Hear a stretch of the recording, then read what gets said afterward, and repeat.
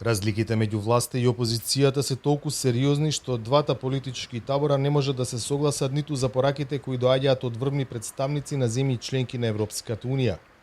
Така, изјавите на Олаф Шолц, канцеларот на Германија, една од најмоćните држави во ЕУ, испорачени посредбата со македонскиот премиер во Берлин, ако за социјалдемократите се јасен сигнал дека нема нови услови на македонскиот пат кон унијата, за ВМРО ДПМН се знак за внимателност. Партијата на Христијан Мицкоски, која има одлични односи со сестринските германски партии, дури и се сомнева во кредибилноста на изјавата на канцеларот. За да се процени кредибилноста на изјавата на германскиот канцелар Шолц дека нема да има нови услови од Бугарија, освен наметнатото барање за измена на уставот, корисно е да се потсетиме на изјавите на претходната канцеларка Меркел од 2018 и 2020 година, кога исто така од владата во Берлин беа дадени озбилни ветувања за интеграцијата во Европската унија, од кои до денес ниту едно не е исполнето, и покрај болните изнудени измени на уставот на Република Македонија.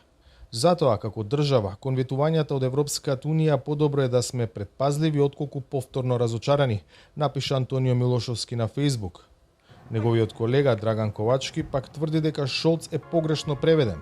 Ве повикуваме уште еднаш да го погледнете преводот на изјавата, цениме дека е направена грешка во преводот, намерна или ненамерна од службите. Изјавата на канцеларот Шолц е дека не треба да има нови условувања, што секако е и наш партиски став, меѓутоа тоа не се гаранции дека нема да има нови условувања. Владеачкиот СДСМ наспроти опозицијата сосема поинаку ја толкува изјавата на германскиот канцелар.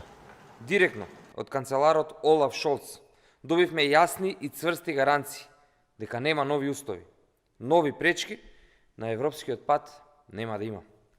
Дополнително, тој јасно нагласи голема почит за македонскиот идентитет, јазик, историја и за огромните напори што Северна Македонија ги вложува во реформите на патот кон Европската унија. Она за што спорат СДСМ и ВМРО ДПМН беше одговорот на Шолц на прашањето дали пристапниот процес за Северна Македонија покрај уставните измени може да биде обременет со нови условувања од Бугарија.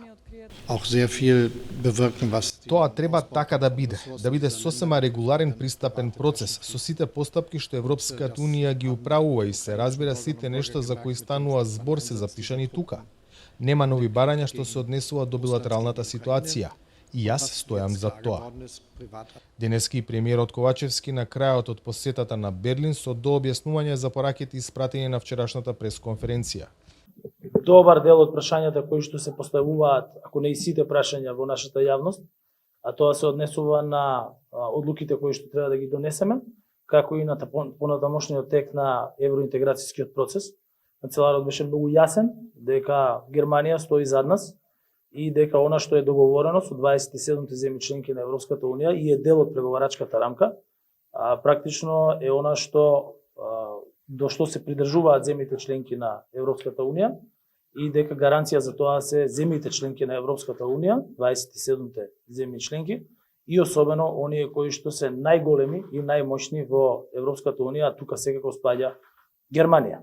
Пред 2 дена бугарскиот претседател им прати писмо на европските лидери во кое апелира пристапот на Република Северна Македонија во Европската унија да се заснова на исполнување на критериумите за членство, а не на лобистичка политика. Скопје, наместо да работи на исполнување на условите, повторно се обложува на активно лобирање за прикривање на недостатокот на политичка волја за исполнување на критериумите за членство, им напиша Радев на европските лидери, образложувајќи дека земјава, како што вели, не ги задоволува критериумите за да напредува во пристапните преговори.